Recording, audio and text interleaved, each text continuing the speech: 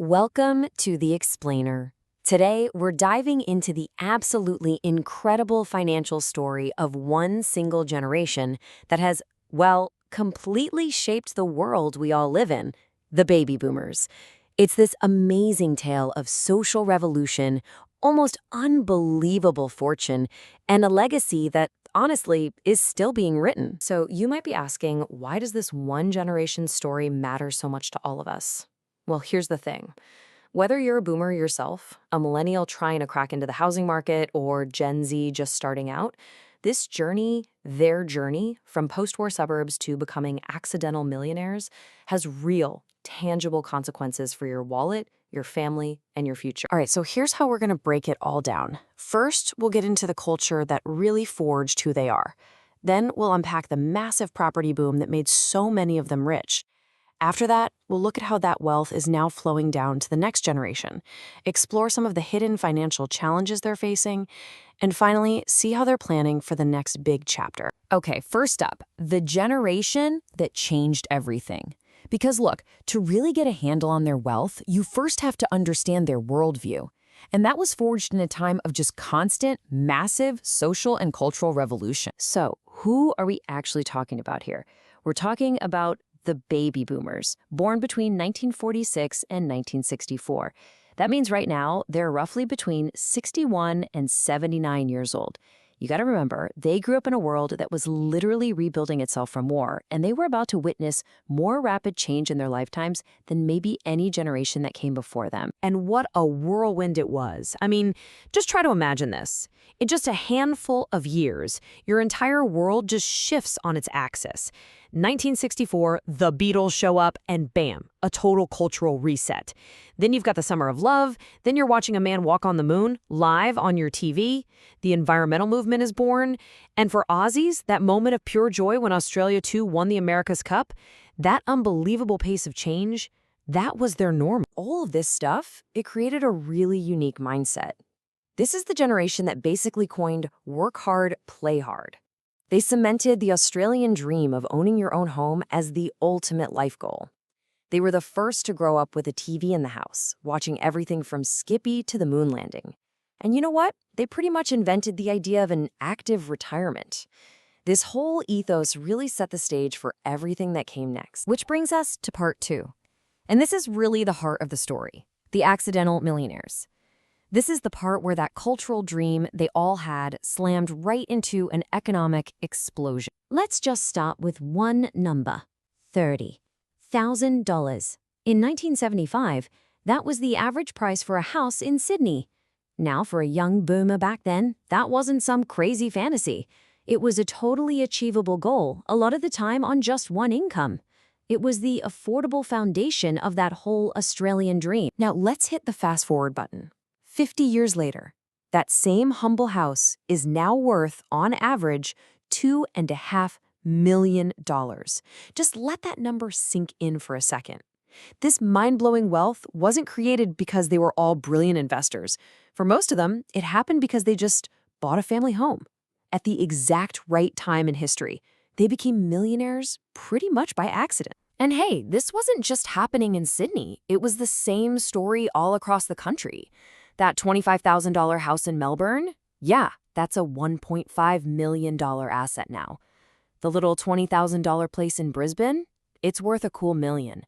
It was this huge nationwide wave that quietly turned a whole generation of regular homeowners into paper millionaires. So you add it all up, and the average household wealth for a baby boomer today is sitting at around $1.4 million. But here's the crucial thing to get your head around. For most of them, the lion's share of that wealth, we're talking 60, maybe 70%, it isn't sitting in stocks or fancy investments. It's locked up in the bricks and mortar of their family home.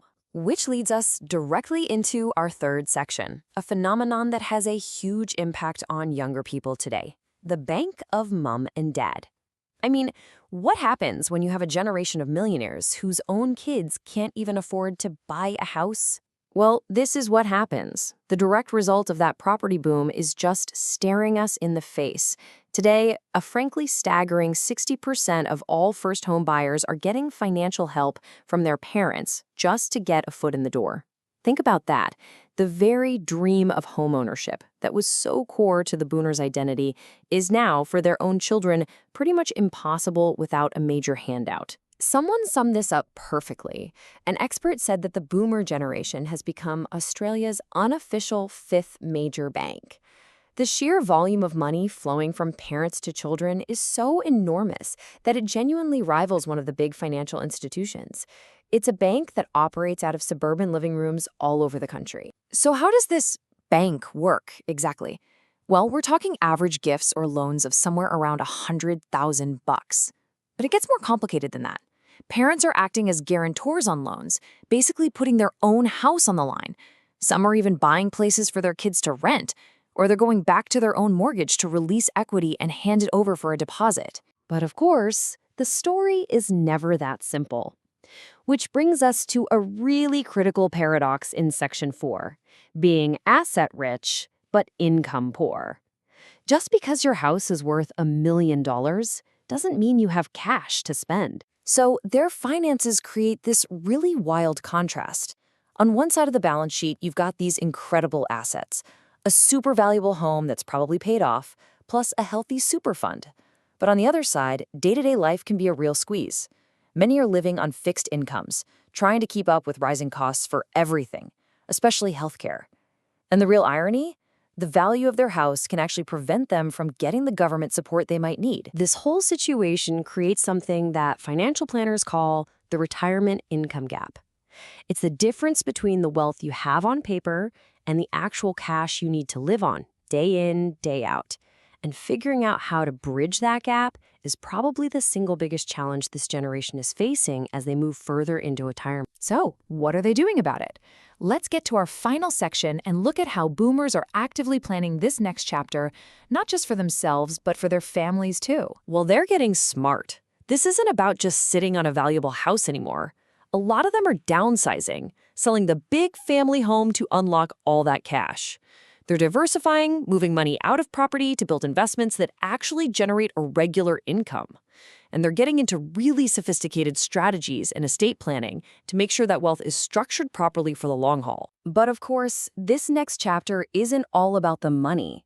This is the generation that is completely rewriting the rules of retirement. They're launching encore careers, starting new businesses or consulting. They're becoming gray nomads, hitting the road to explore the country.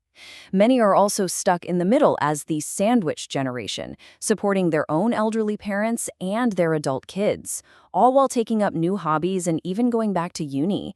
They are just refusing to sit still. So, in the end, the story of the baby boomers is one of incredible, often accidental wealth, built on the bedrock of a world that was changing at warp speed. They remade culture, they reshaped our cities, and now they are redefining retirement and inheritance right in front of us. The final question for them and for all of us is, what will the ultimate legacy of this incredibly powerful and transformative generation actually be?